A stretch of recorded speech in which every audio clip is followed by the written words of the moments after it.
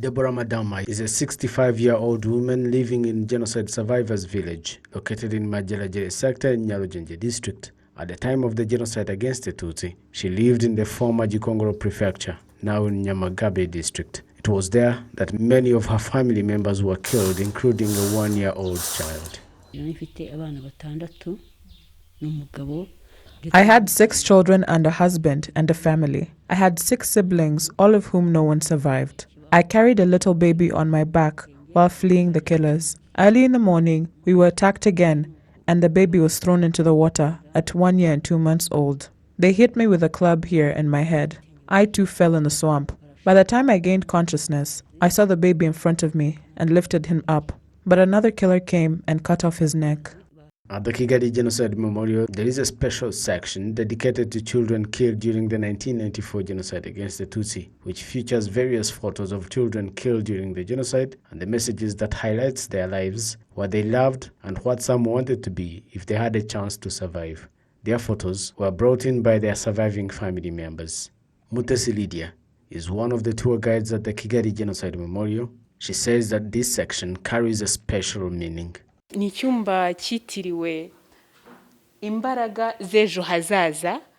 is a room called the Lost Power of the Future.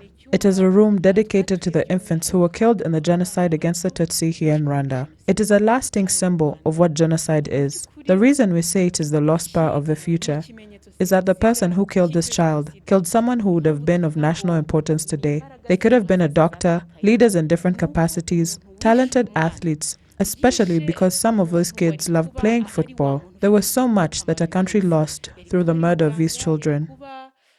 Mutesi Lydia also says that killing children is one of the signs that reflects the cruelty committed during the 1994 genocide against the Tutsi, with the intent to wipe out all the Tutsi.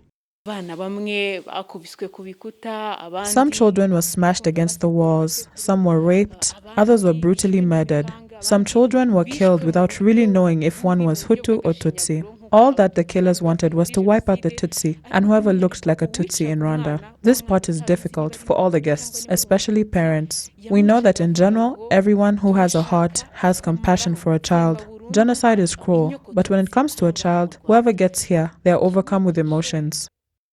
Mukunzi Ene Christia, a children's rights expert, says that during the genocide against the Tutsi, children were deprived of their right to life. It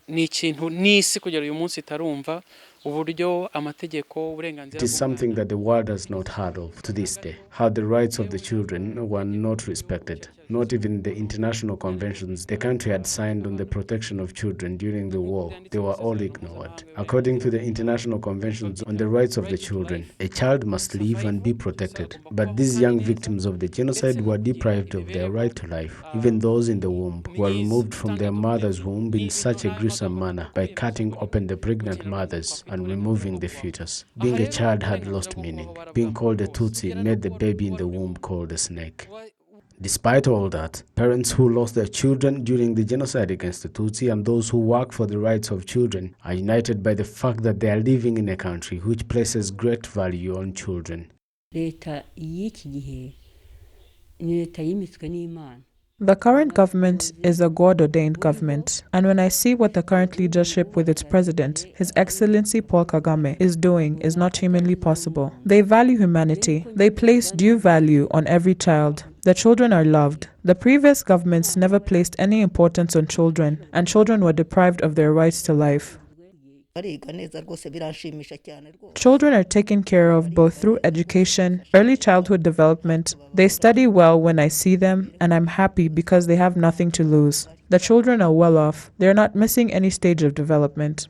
27 years after the genocide against the Tutsi in Rwanda, some of the key steps taken to protect the rights of the children include the imposition of sanctions on child abusers, reintegrating orphans in foster care, and the establishment of a National Children's Council where children can express their views.